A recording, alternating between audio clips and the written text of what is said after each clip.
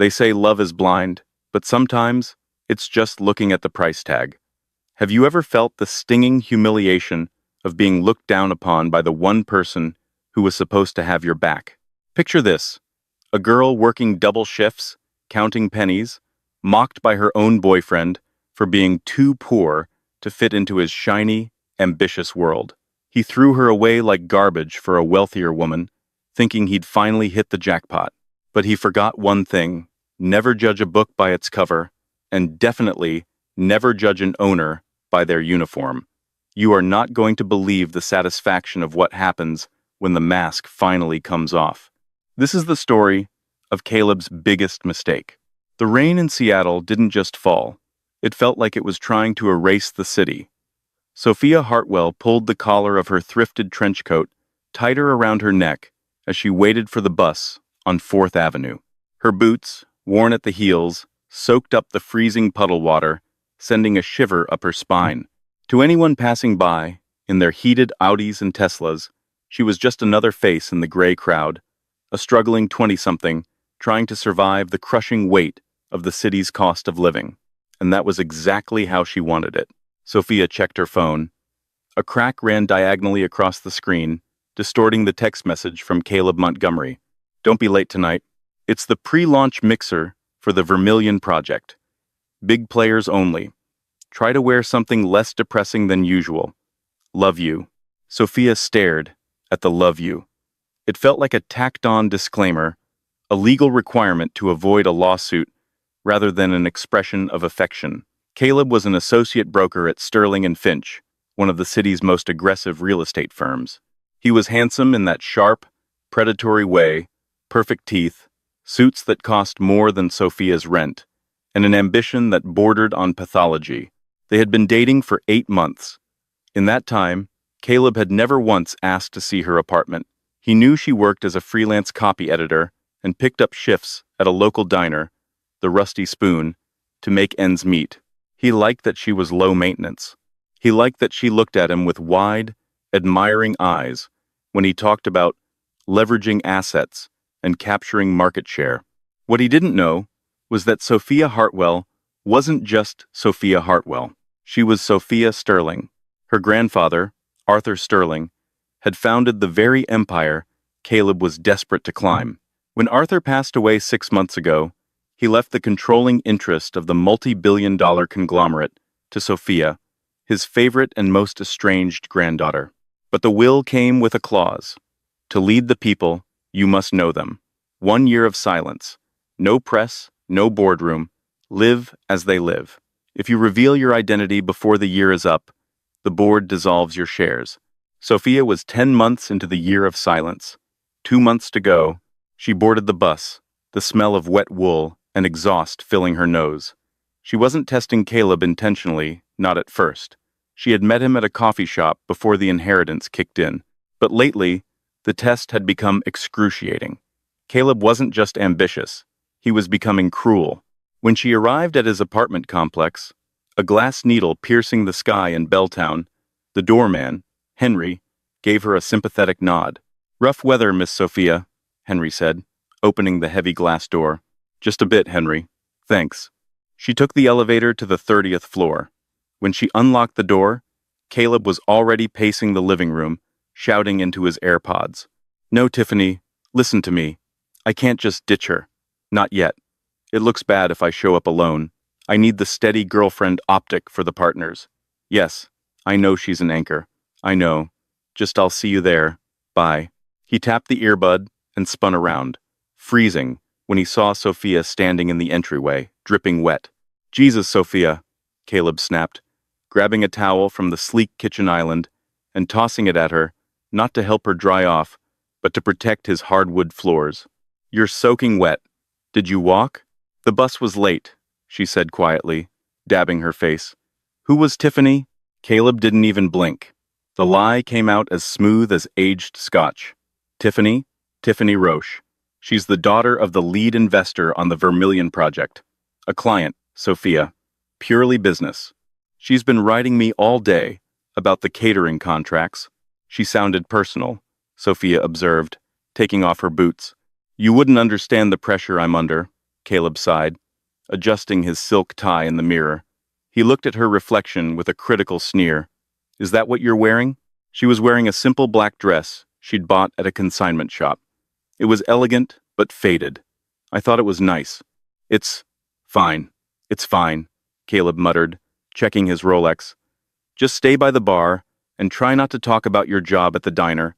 Tell them you're in publishing. That sounds vague and intellectual.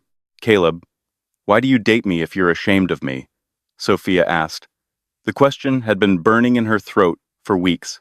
Caleb turned, his expression softening into that practiced, manipulative charm. He walked over and placed his hands on her shoulders. Babe, I'm not ashamed.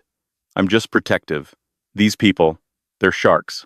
If they smell weakness or poverty, they attack. I'm trying to build a future for us. For us. I need to make partner this year. Once I'm up there, none of this will matter. We'll get you new clothes, a new car. You won't have to work at that grease pit anymore. He kissed her forehead. It felt cold. Go get ready. We leave in 10. Sophia went to the bathroom, staring at herself in the mirror. 2 months, she told herself. Just 2 more months. But looking at the hollow look in her own eyes, she wondered if she or this relationship would last that long. The Vermilion Hotel was the jewel in the crown of the Sterling and Finch portfolio. It was a renovated historic building in Pioneer Square, transformed into a sanctuary of marble, velvet, and gold leaf. Tonight was the soft opening, an exclusive event for investors, board members, and the city's elite. As Caleb and Sophia walked in, the air smelled of expensive perfume and truffle oil. A string quartet played softly in the corner. Caleb's hand was on the small of Sophia's back, guiding her with a firmness that felt more like control than affection. Remember, he hissed in her ear. Smile. Nod. Don't mention the diner. They circulated the room. Caleb was in his element, shaking hands, laughing too loudly at bad jokes made by older men in expensive suits. Sophia played her part, the silent, supportive ornament. Then she saw her. Standing near the champagne tower was a woman who looked like she had been sculpted from diamonds and ice. She wore a crimson gown that cost more than Sophia's annual income at the diner. Her blonde hair was a cascading waterfall of perfection. This was Tiffany Roche. Tiffany spotted Caleb and smiled a slow, predatory curling of red lips. She walked over, her eyes flickering over Sophia for a microsecond before dismissing her entirely as furniture. Caleb, Tiffany purred, placing a manicured hand on his bicep. You made it. Daddy was just asking about you. Tiffany, Caleb's voice dropped an octave. He sounded breathless. You look stunning, incredible. And you brought. Tiffany looked at Sophia, her brow furrowing in mock confusion. The little friend. This is Sophia, Caleb said quickly, not using the word girlfriend. Hi, Sophia said, extending a hand. Tiffany looked at the hand, then took a sip of her champagne, leaving Sophia's hand hanging in the air. Charmed. Caleb, Daddy is in the VIP lounge. He wants to discuss the Asian market expansion. He specifically asked for you. Caleb lit up. Really? That's huge. But, Tiffany lowered her voice, though not enough to prevent Sophia from hearing. It's strictly business partners and family. No plus ones, especially unvetted ones. Caleb turned to Sophia, panic and ambition warring in his eyes. Ambition won, instantly. Sophia, babe, he said, sweating slightly. I have to take this. It's the career maker. You understand, right? You're leaving me here? Sophia asked, looking around the room of strangers. Just for an hour. Grab a drink. Stay out of the way. I'll be back. He didn't wait for an answer. He allowed Tiffany to loop her arm through his, and together, they walked toward the velvet-roped VIP section. Just before they disappeared, Sophia saw Tiffany whisper something in Caleb's ear. Caleb laughed and glanced back at Sophia with a look of pure pity. Sophia felt the heat rise in her cheeks. She retreated to a corner, grabbing a sparkling water. She needed to leave. This was a mistake. She was heading toward the exit when she heard a voice over the microphone. It was the CEO of the operating firm, Mr. Archibald Thorne. Ladies and gentlemen, if I could have your attention, Before we cut the ribbon, I want to acknowledge the rising stars of our company. The spotlight swept the room, and a special mention to a young broker who secured the Roche account this week, Caleb Montgomery. Applause rippled through the hall. Caleb emerged from the VIP section, Tiffany beaming by his side. He bounded up to the stage, taking the microphone. Ideally, he should have thanked the team, maybe mentioned his partner. Instead, Caleb, high on adrenaline and the proximity to wealth, decided to secure his new alliance. "Thank you, Mr. Thorne," Caleb said, his voice booming. "Success is about making the right choices, cutting the dead weight, and aligning yourself with value." He looked down at Tiffany in the front row. "I used to think potential was enough, but in this business, and in life, you need pedigree." The crowd laughed politely. Then, the screens behind him, massive 8K displays meant to show architectural renderings, flickered. Someone had airplayed a phone screen to the main display. It was a live stream from Tiffany's Instagram. She was recording Caleb on stage, but the comments were visible. "Tiffany R. Finally got him to dump the charity case, lol. Look at her in the back, wearing a literal rag. Upgrade winning." The camera panned. On the giant screen, 500 people watched as the phone camera zoomed in on Sophia, standing alone by the exit in her thrifted black dress. The room went silent. Caleb looked at the screen, then at Tiffany, then at Sophia. He didn't apologize. He didn't step down. He smirked. He actually smirked. He leaned into the mic. "Well," Caleb chuckled, trying to play it off as a joke. "Like I said, you have to know when to upgrade. Sorry, Sophia. I think the bus stops running at midnight. You better run." The room erupted in a mix of gasps and cruel, drunken laughter from the sycophants who wanted to impress the Roche family. Tiffany was cackling, holding her phone up to capture Sophia's reaction. Sophia stood frozen. The humiliation was a physical blow, a punch to the gut. The man she had cooked for, supported, and loved, was publicly executing her dignity for a round of applause. She looked at Caleb. He wasn't looking at her. He was looking at the crowd, basking in their approval. He had sold her out for a seat at the table. Sophia closed her eyes for a second. The year of silence. The contract. 2 more months. Screw the contract. Sophia opened her eyes. The sadness was gone, replaced by a cold, hard fury that ran in the Sterling bloodline. She didn't run. She didn't cry. She started walking, not toward the exit, toward the stage. The clicking of her heels on the marble floor echoed in the sudden silence. The crowd parted, confused. Was she going to slap him? Scream? Caleb saw her coming. "Whoa, Sophia," he said over the mic, mocking her. "Don't make a scene." Security? 2 large guards stepped forward. "Don't touch her." A booming voice echoed from the back of the room. Everyone turned. It was Henry, the old man who Sophia knew as the doorman at Caleb's building. But Henry wasn't wearing his doorman uniform. He was wearing a tuxedo, and he was flanked by 4 lawyers carrying briefcases. "Henry?" Caleb squinted, confused. "What are you doing here?" Henry ignored Caleb. He walked straight to Sophia, bowed his head deeply, and extended a hand. "Miss Sterling," Henry said, his voice carrying clearly through the silent room. "The board has convened.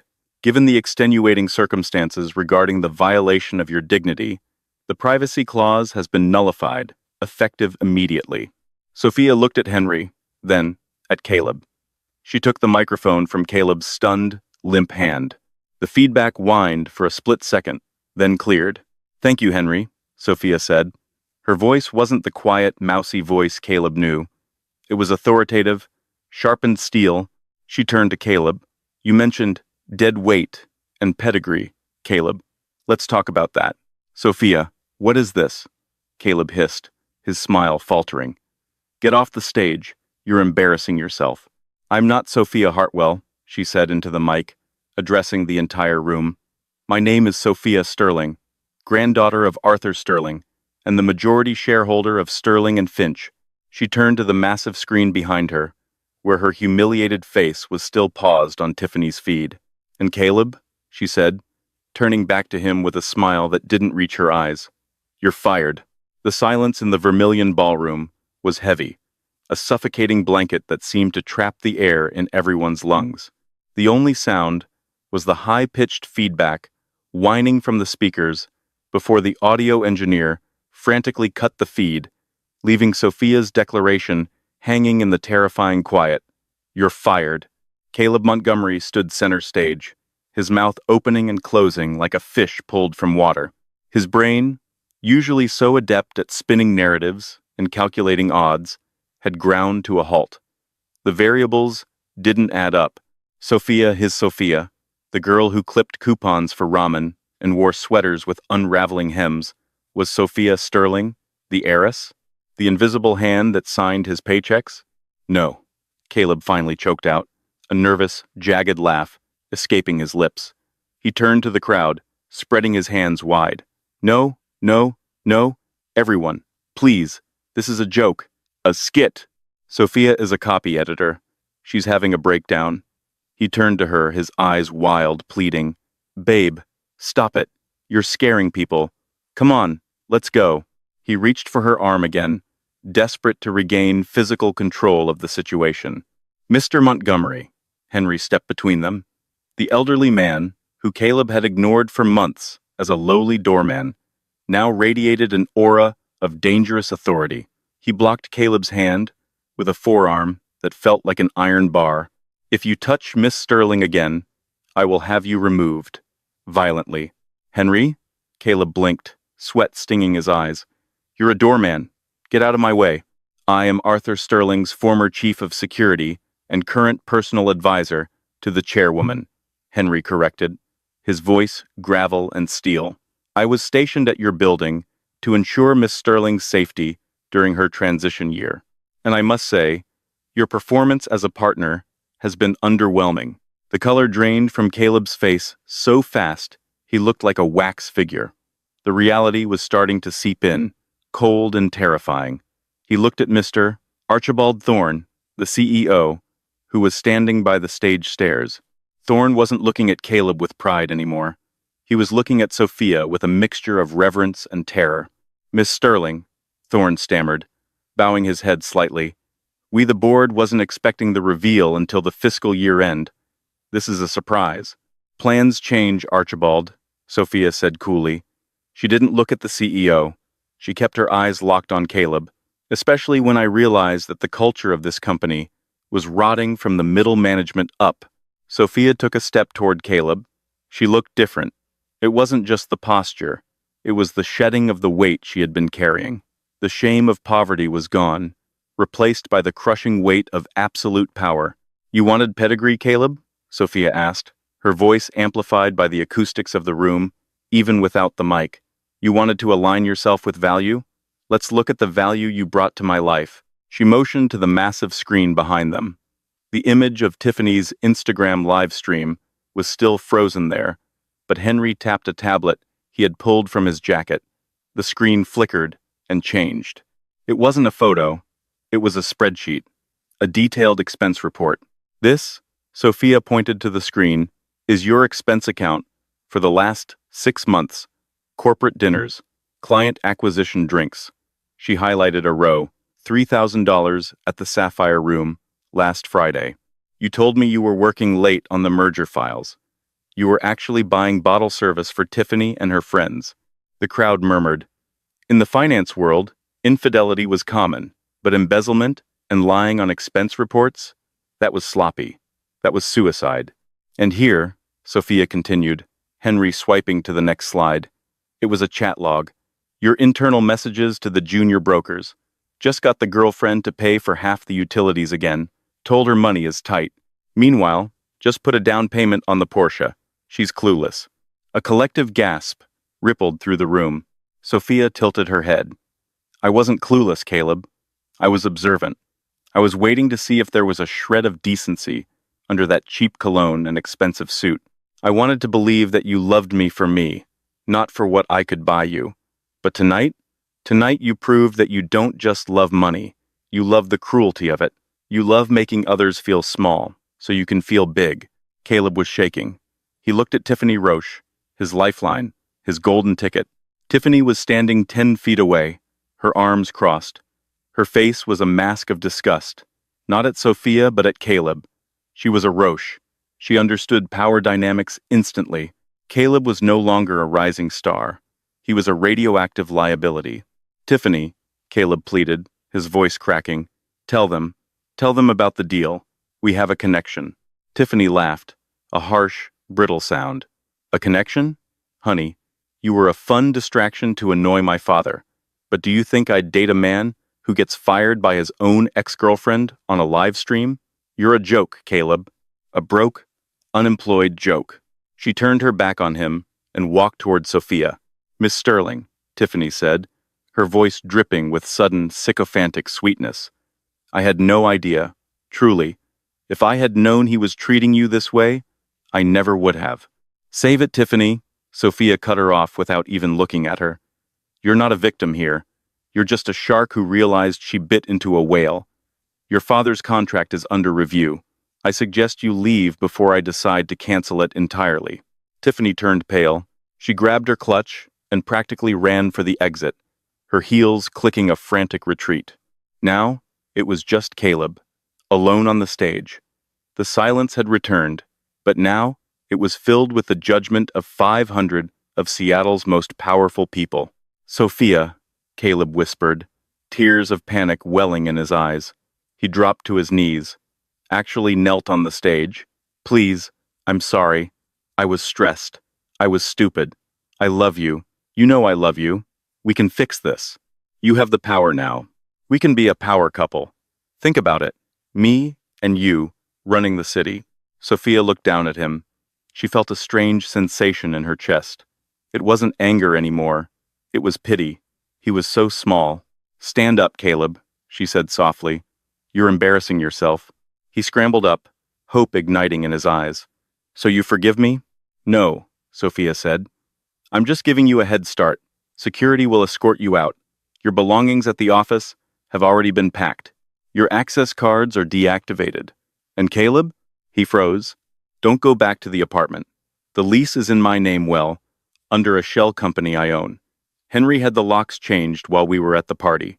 Your things are in boxes on the curb." Caleb stared at her, his world disintegrating. "You can't do this," he hissed, his face twisting into ugliness. "I made you. I gave you confidence. You were a nothing waitress." "I was never nothing," Sophia said, turning her back on him. "I was just quiet, and you should have listened." She signaled to the guards. Two massive men in dark suits stepped forward, gripping Caleb by the arms. As they dragged him off the stage, kicking and screaming obscenities, Sophia took a deep breath. She looked out at the sea of stunned faces, at the board members, at the investors. She stepped up to the mic, one last time. "My grandfather built Sterling and Finch on integrity," she said, her voice steady. "For the last year, I have watched us lose that. We have valued profit over people and arrogance over aptitude. That ends tonight. Enjoy the evening. Tomorrow, the real work begins." She dropped the mic. It didn't screech this time. It landed with a dull thud on the carpeted stage. Sophia walked down the stairs, Henry falling into step beside her. "Where to, Miss Sterling?" Henry asked, as they pushed through the double doors, leaving the stunned Gala behind. "I'm hungry, Henry," she said, a small, genuine smile touching her lips for the first time that night. "Take me to the Rusty Spoon. I have a sudden craving for a burger, and I want to tip the waitress $1,000. The next morning, the sky over Seattle was a brilliant, scouring blue, a stark contrast to the gray misery of the previous night. But for Caleb Montgomery, the world was dark. He had spent the night in a cheap motel near the airport, the only place he could get a room without a credit card pre-authorization hold that would bounce. He had checked his bank accounts at 3 a.m., frozen, or rather, drained. He hadn't realized how much of his lifestyle was floated on credit and the assumption of the next commission check. The Porsche lease? Overdue. The credit cards? Maxed out on suits and dinners he used to impress people who now wouldn't return his calls. He sat on the edge of the lumpy mattress, staring at his phone. He had 7 missed calls. None were from friends. They were from creditors, his landlord, and a few gleeful coworkers wanting the gossip. I can fix this, he muttered to himself, splashing cold water on his face. The mirror showed a man who looked 10 years older than he had yesterday. His eyes were bloodshot, his stubble rough. It's a wrongful termination. She humiliated me publicly. That's a hostile work environment. I can sue. I can settle. He put on the same tuxedo he had worn the night before, now wrinkled and smelling of stale champagne and sweat, and stormed out of the motel. He didn't have a car.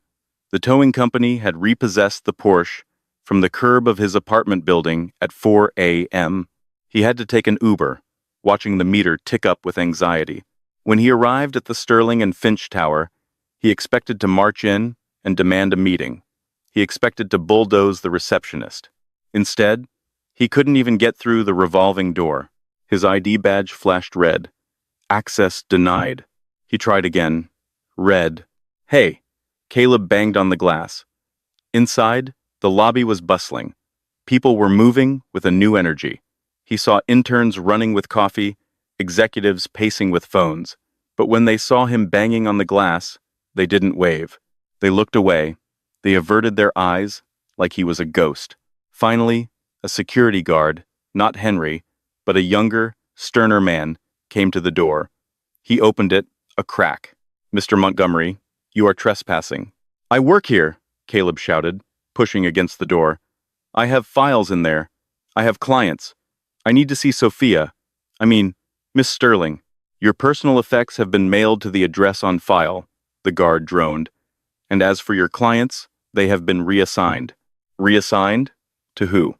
"To the junior associates you mocked in the group chat," the guard said, a flicker of a smile crossing his face. Miss Sterling thought it was poetic justice. Caleb felt the bile rise in his throat. He pushed past the guard, adrenaline giving him a surge of strength. "I'm not leaving until I see her. I know the law." He made a run for the elevators. The lobby fell silent as the disheveled man, in a ruined tuxedo, sprinted across the marble floor. He slammed his hand on the elevator button. The doors opened, and he threw himself inside, hammering the button for the penthouse floor. Miraculously, the elevator moved. He leaned back against the wall, panting. He would talk to her. He would charm her. Or he would threaten her. He wasn't sure which, but he had to do something. The doors opened on the 50th floor. The executive suite had changed.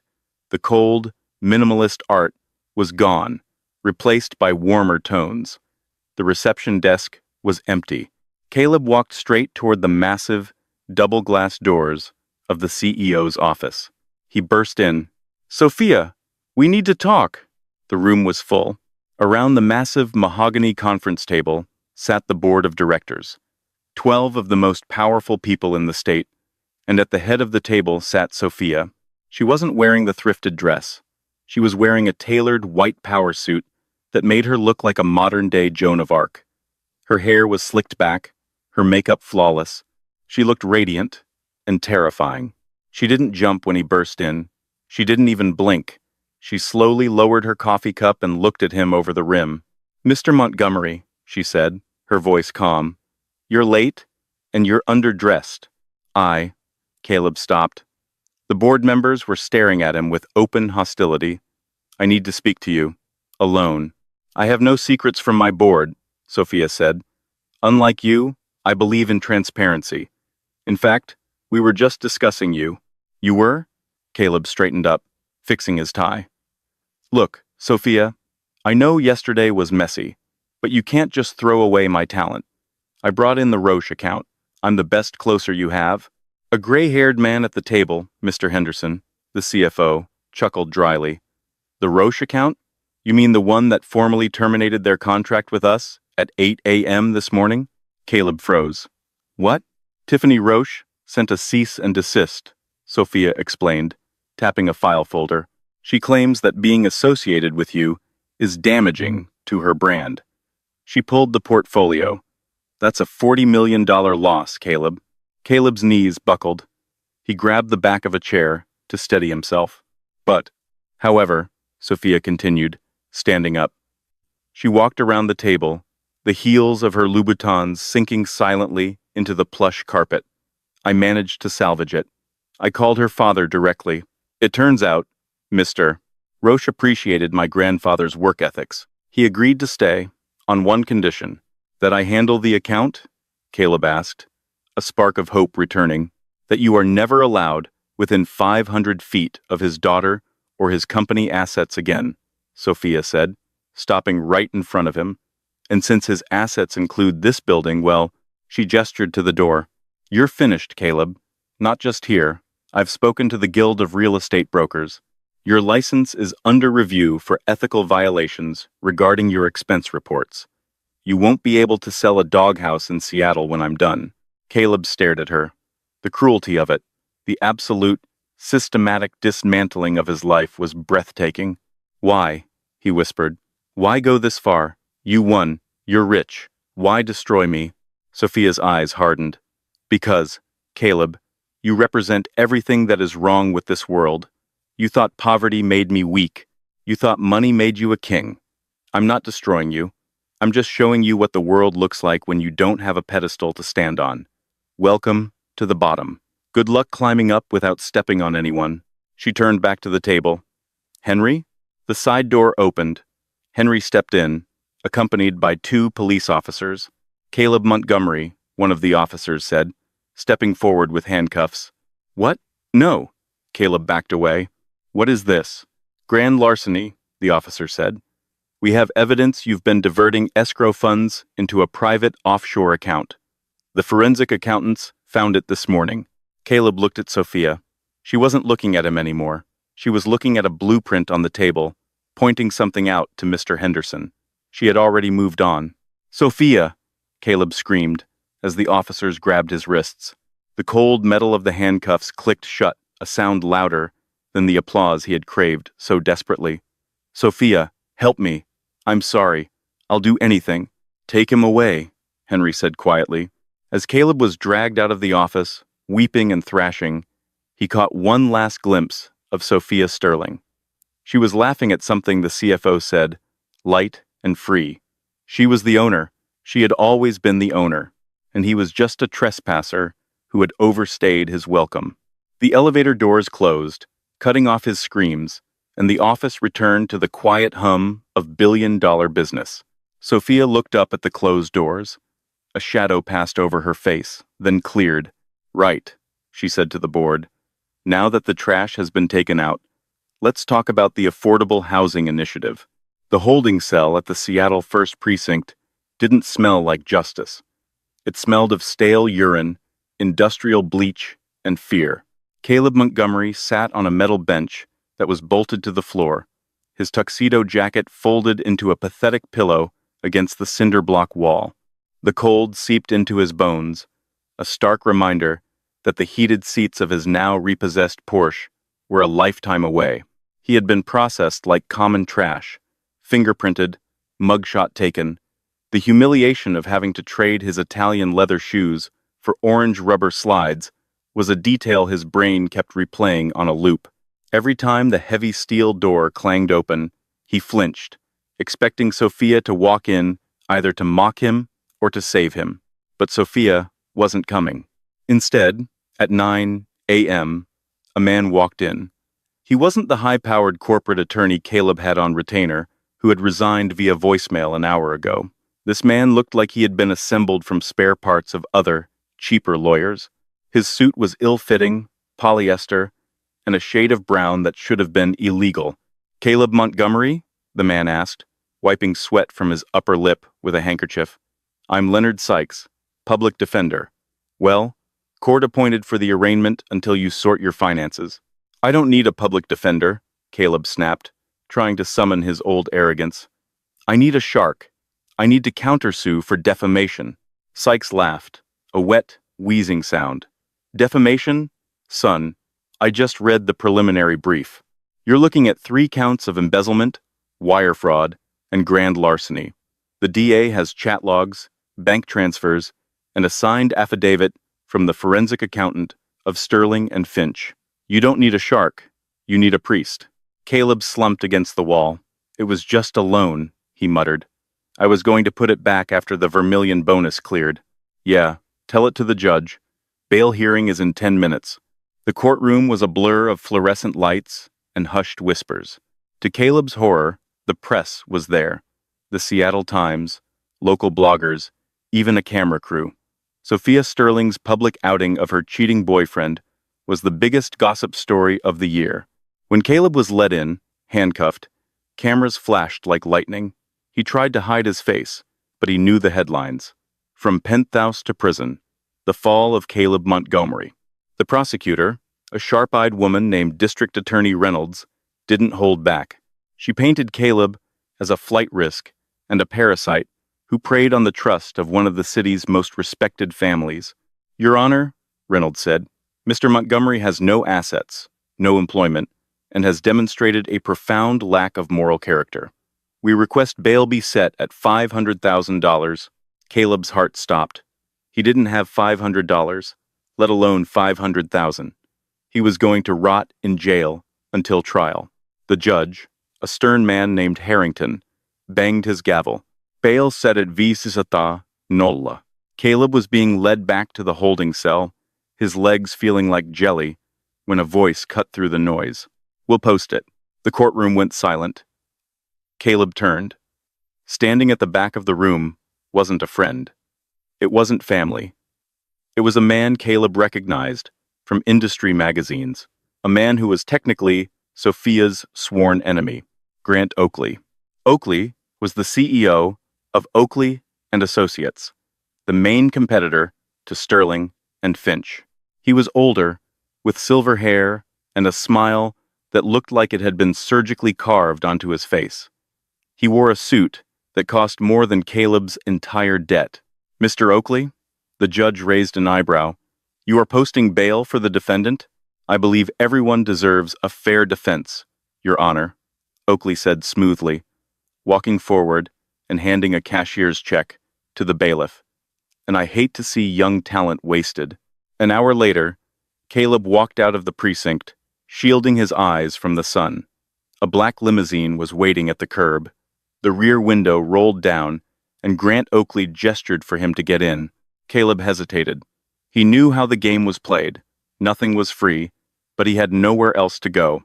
He slid into the cool leather interior. "Drink?" Oakley offered, pouring a crystal tumbler of amber liquid from a built-in bar. Caleb took it, his hands shaking. He downed it in one gulp. "Why?" he asked, his voice hoarse. "Why help me? I'm toxic." "You're not toxic, Caleb," Oakley said, looking out the window as the car merged into traffic. "You're ammunition." "I don't understand." "Sophia Sterling." Oakley said the name like it was a disease. "She's young, idealistic, and dangerous. Her grandfather, Arthur, was a brute, but he was predictable. Sophia, she's a wild card. This morning, she announced she's halting the Skyline Luxury Project to pivot toward sustainable community housing. Do you know what that does to property values in the district? It tanks them. It hurts my bottom line." Caleb blinked. "She's canceling Skyline? That was her grandfather's dream project." "She's emotional," Oakley said, turning his shark-like gaze on Caleb. "She's making irrational decisions based on her year of poverty. She thinks she's a savior now. The board is nervous. The shareholders are twitchy. They need a reason to remove her, or at least to doubt her competency. And that's where I come in," Caleb realized. "Exactly," Oakley smiled. "You know her. You know her secrets. You lived with her for 8 months. I need you to help me paint a picture, Caleb. A picture of a woman who is mentally unstable. A woman who is vindictive. A woman who framed her boyfriend to cover up her own mismanagement. But she didn't mismanage anything. I stole the money," Caleb whispered. Oakley leaned in close. "History is written by the winners, Caleb. I have a team of lawyers who can make that embezzlement look like authorized entrapment. We can say she told you to move the funds, that she set you up. We can sue for wrongful termination and emotional distress. We can drag her name through the mud until the board begs me to step in and buy the company for pennies on the dollar." Caleb looked at the drink in his hand. He thought of Sophia, the way she used to make him coffee in the morning, the way she looked at him with pity on that stage. She had destroyed him. She had taken everything. "What do I get?" Caleb asked. a dark resolve hardening in his gut. "You get your reputation back," Oakley promised. "You get a job at my firm, and you get to see the woman who humiliated you fall from her throne." Caleb sat back, the leather creaking. He swirled the ice in his glass. "Deal," Caleb said. 3 weeks later, Sophia Sterling stood in her office, looking out at the city she now effectively owned. But the view didn't bring her peace. It brought anxiety. On her desk sat a tabloid newspaper.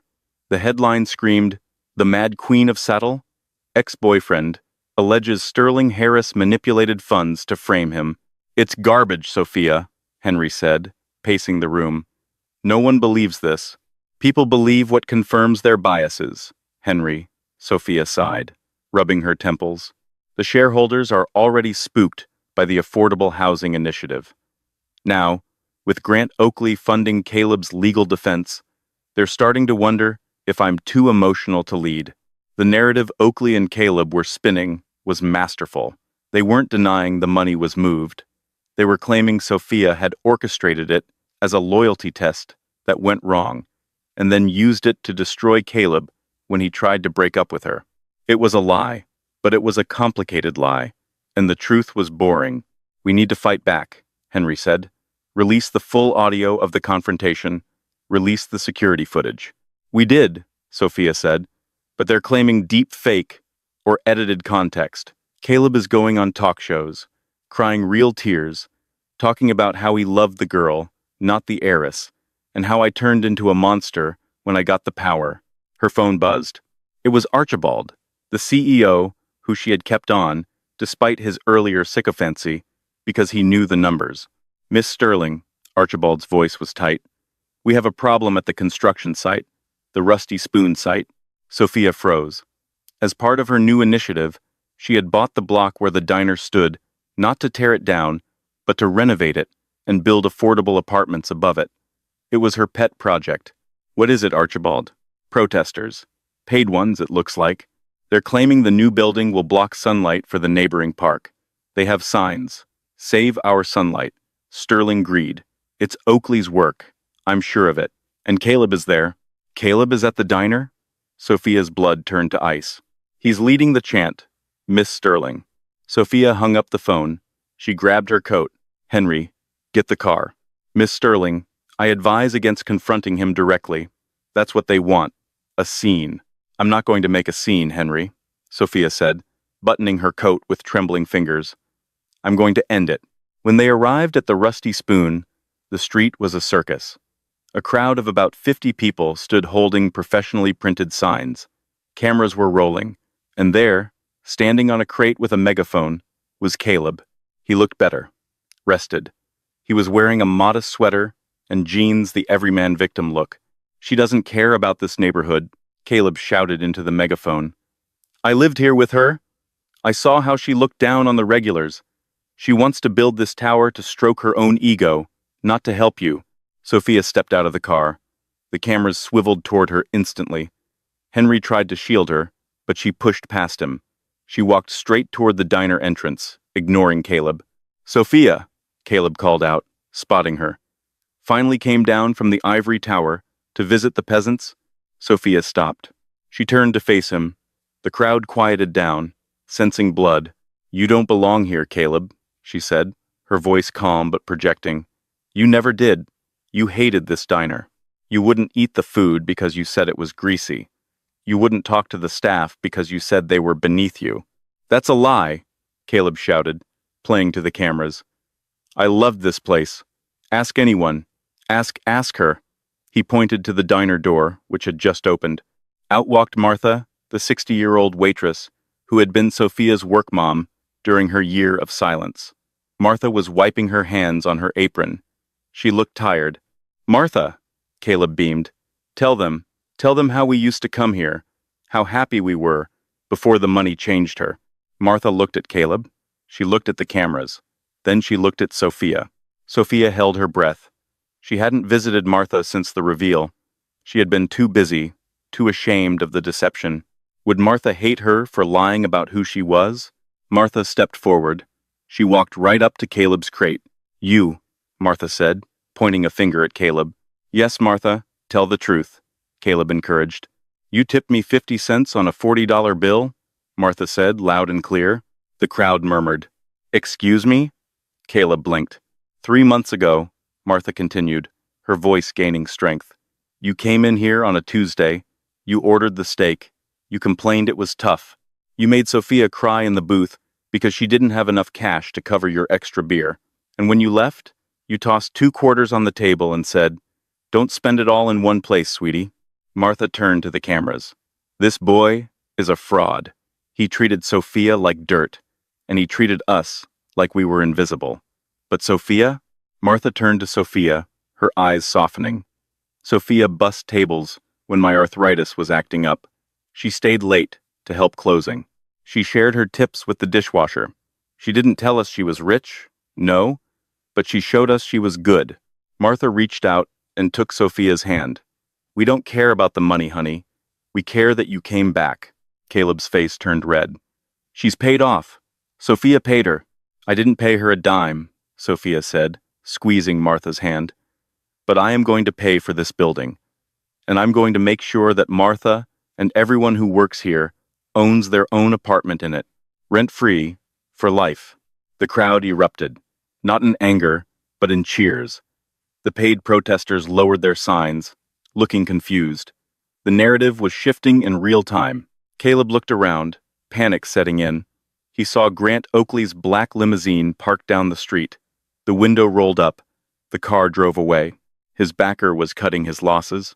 This isn't over, Caleb screamed, his voice cracking as he jumped down from the crate. You think you can buy everyone? You're just a lonely little girl playing dress-up. And you, a deep voice rumbled from the diner entrance, are trespassing on private property. It was the cook, Big Al. He was holding a ladle like a weapon. Get lost, pretty boy.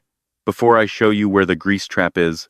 Caleb scrambled back, tripping over his own feet. The cameras captured every pathetic second of his retreat. Sophia watched him run.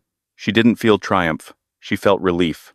Thank you, Martha, Sophia whispered, tears pricking her eyes. I'm so sorry I lied to you. Oh, hush. Martha pulled her into a hug that smelled of coffee and vanilla. You didn't lie about the important stuff. Now come inside. You look too skinny. I'm making you a grilled cheese. Sophia smiled, genuinely smiled, for the first time in weeks. She walked into the diner, leaving the media circus outside. But she knew the war wasn't won yet. Grant Oakley had abandoned Caleb, but he hadn't abandoned the fight. He was still out there, with billions of dollars and a bruised ego. And he knew Sophia's one weakness. She cared too much. As she sat in the familiar booth, sipping the cheap diner coffee, Sophia's phone buzzed with an encrypted message from an unknown number. Oakley knows about the Zurich accounts, not the company ones, the ones your grandfather hid. He's going to leak them to the IRS tomorrow.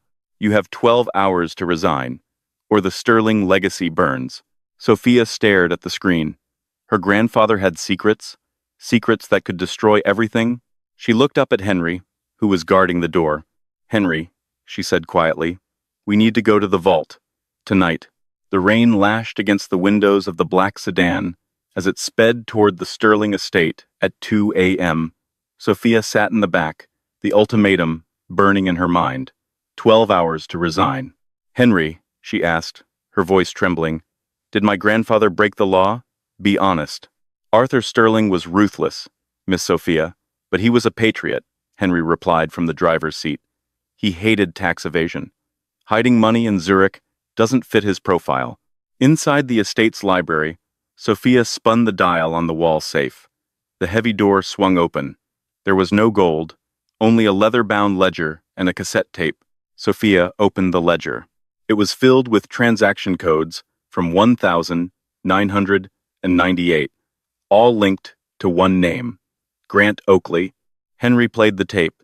Arthur Sterling's gruff voice filled the room. Sophia, if you're listening, that shark Oakley is circling. He thinks I had dirty money. I did, but it was his. He laundered $50 million through the Pacific Rim. I kept the proof to keep him in check. Use it. Sophia closed the ledger, a dangerous smile forming.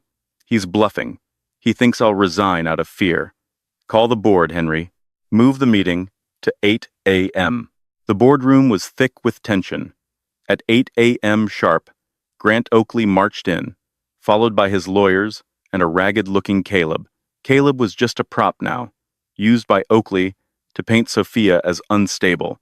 "Miss Sterling," Oakley boomed, "I trust you've prepared your resignation? The IRS agents are on speed dial." Sophia sat at the head of the table, dressed in executioner black. "Good morning, Grant." "Hello, Caleb." "I'm just here for justice, Sophia," Caleb mumbled, avoiding her eyes. "Justice," Sophia repeated. She slid the leather ledger across the mahogany table. It stopped right in front of Oakley. "You claim my grandfather hid assets. He did your money laundering operations." Oakley's face went ash gray. "This is a forgery. The paper analysis will prove it's 30 years old," Sophia said calmly. "And the FBI currently has the audio confession." Security? Two guards stepped forward. Oakley, stripped of his arrogance, began to panic. "Sophia, wait. We can merge. I can make you richer than you ever dreamed." "I don't make deals with criminals," Sophia said coldly. "Get him out." As Oakley was dragged away screaming, the room fell silent. All eyes turned to Caleb. He sat alone, his protector gone, his leverage evaporated. "Sophia," Caleb whispered, standing up with shaking hands. "I didn't know. Please. I loved you. I can change. Don't leave me with nothing." Sophia walked around the table until she stood inches from him. "You didn't love me, Caleb. You wanted to own me. And when you couldn't, you tried to break me." "I'll do anything," he wept. "Mailroom, janitor, anything." "You have it backwards," she said softly. "I'm not leaving you with nothing. You did that to yourself. Henry, Mr. Montgomery is trespassing." "With pleasure, Miss Sterling." Henry stepped forward. "And Henry," Sophia added, her voice cutting through the room, "make sure he takes the stairs. The elevators are for employees only." 6 months later, the wind off Puget Sound was fresh. Sophia stood on the roof of the newly completed Sterling Community Heights. Below, families were moving into affordable apartments. She saw Martha, the waitress from the diner, laughing as she carried a box into her new home. Sophia checked her phone. She had set an alert on Caleb's name months ago. A notification popped up. Caleb Montgomery, new position, shift manager at Burger Barn, Tacoma. She stared at it for a second, then deleted the alert. He was finally learning the value of honest work. She didn't need to know anymore. "Miss Sterling?" She turned. The project's lead architect, a man with kind eyes and dirty hands, held up 2 coffees. "Celebratory coffee? My treat. Though, it's just diner coffee." Sophia smiled, a genuine, free smile. She wasn't the hidden heiress or the victim anymore. She was Sophia Sterling, and she had a city to build. "Coffee sounds perfect," she said.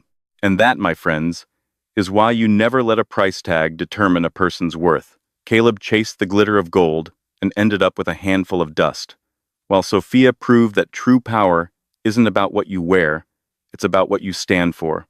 She didn't just inherit an empire, she earned the right to rule it. If you enjoyed this roller coaster of karma, betrayal, and sweet revenge, please smash that like button. It really helps the channel grow. Don't forget to subscribe and hit the notification bell so you never miss a story. And tell me in the comments, do you think Caleb deserved a second chance? Or did he get exactly what was coming to him? I read every comment. Thanks for watching, and I'll see you in the next video.